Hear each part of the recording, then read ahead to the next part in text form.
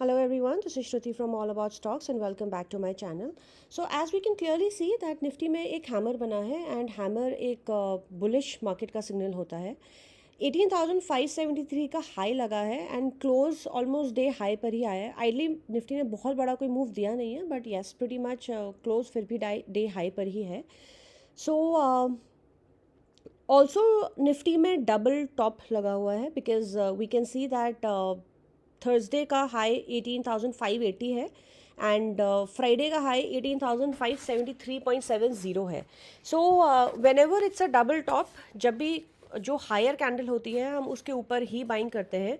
सो Nifty की buying ideally 18,580 के ऊपर ही बनती है. आइडली बाइंग तो 18,603.90 के ऊपर बनती है एंड हमारा पहला रेजिस्टेंस निफ्टी का आएगा 18,662.45.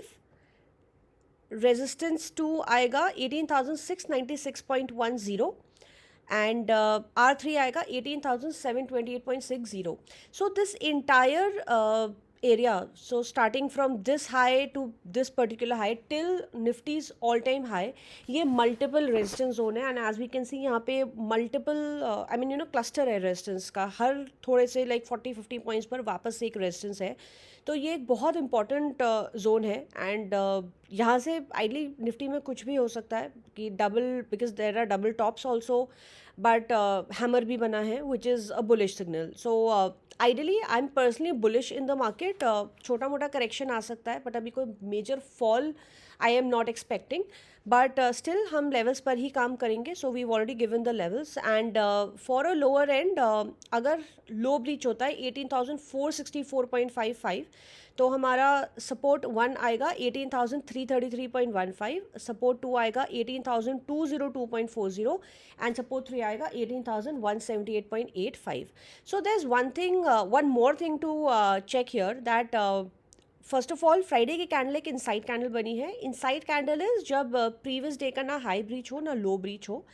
ऑल्सो निफ्टी में जो एक गैप छूटा था इस पर्टिकुलर लेवल पर, यहाँ से एज इन 26 मई के बाद जो एक गैप छूटा था लास्ट टू लास्ट फ्राइडे, वो गैप ऑलरेडी फिल हो चुका है. बिकॉज हमने ये डिस्कस भी करा था दैट यहाँ तक निफ्टी के आने के चांसेस डेफिनेटली हैं एंड यहाँ तक निफ्टी डेफिनेटली आई भी है, right. So this gap has already been filled which is again a signal that Nifty के ऊपर जाने के chances are very high.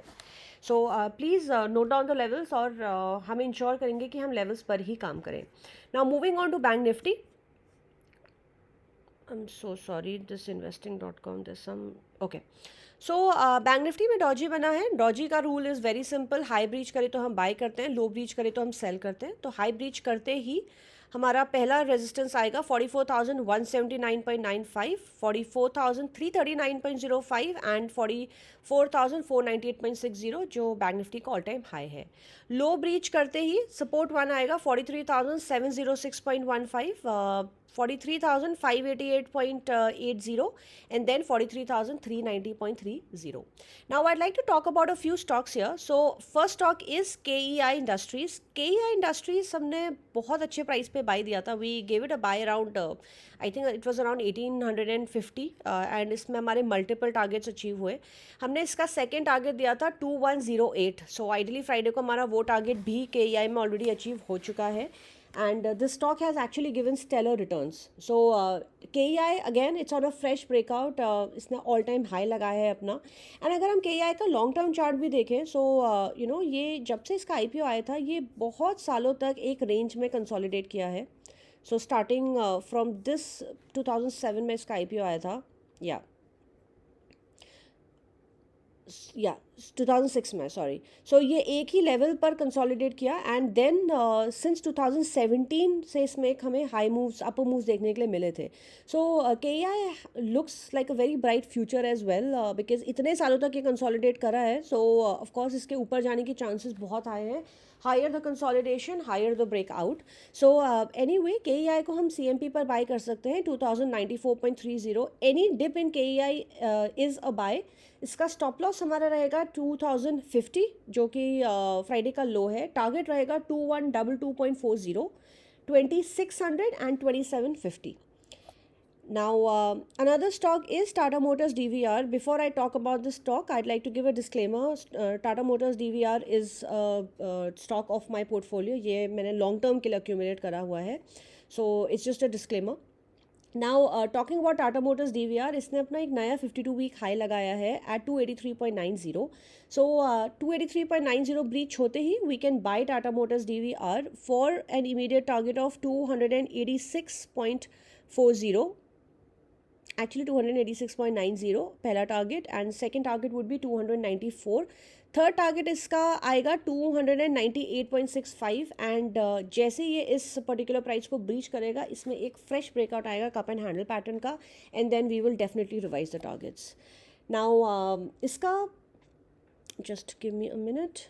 So Tata Motors DVR, ideally this is also a buy on every dip. इसका हमारा stop loss रहेगा day low 278.60. Third stock is Info Edge. Info Edge अभी हमने कुछ दिन पहले भी दिया था एंड इसमें भी हमारा टारगेट मीट हुआ है. सो इन्फो एज को हम अगेन CMP पर बाय कर सकते हैं. The candle looks great, the structure looks great. The CMP is 4266.55. इसका हमारा स्टॉप लॉस रहेगा 4200. हमारा इसका पहला टारगेट है 4400. इस प्राइस को ब्रीच करते ही इसमें एक फ्रेश ब्रेकआउट आएगा इन्फो एज में एंड हमारा इसका नेक्स्ट टारगेट रहेगा 4624.90. This again is a positional stock. Now, the fourth stock I'd like to talk about is India Mart. India Mart भी हमने India Mart पे आइडियली 5382 ब्रीच करते ही इसमें ब्रेकआउट आया था एंड हमने स्टॉक को इस प्राइस पे बाय दिया था and we achieved stellar results on this. इसमें हमारा इंडिया मार्ट 61 ऑलमोस्ट 6100 तक गया था एंड ऑफ कोर्स उसके बाद थोड़ा सा रिट्रेस करा था बिकॉज किसी भी स्टॉक में कभी भी वी शेप रिकवरी या मूवमेंट नहीं आती है. So it did come down precisely till its breakout level. Low लगा है 5433 का इस रेंज का राइट एंड 5382 पर इस पर ब्रेकआउट आया था. सो इसी प्राइस तक इसने करेक्शन दिखाया है.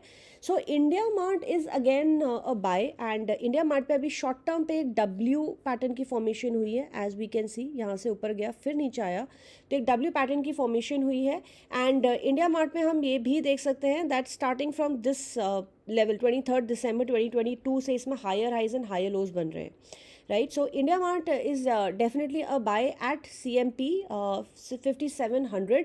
हमारा इसका स्टॉप लॉस रहेगा 5600 एंड हमारा इसका टारगेट है 5861.85. That's the first target.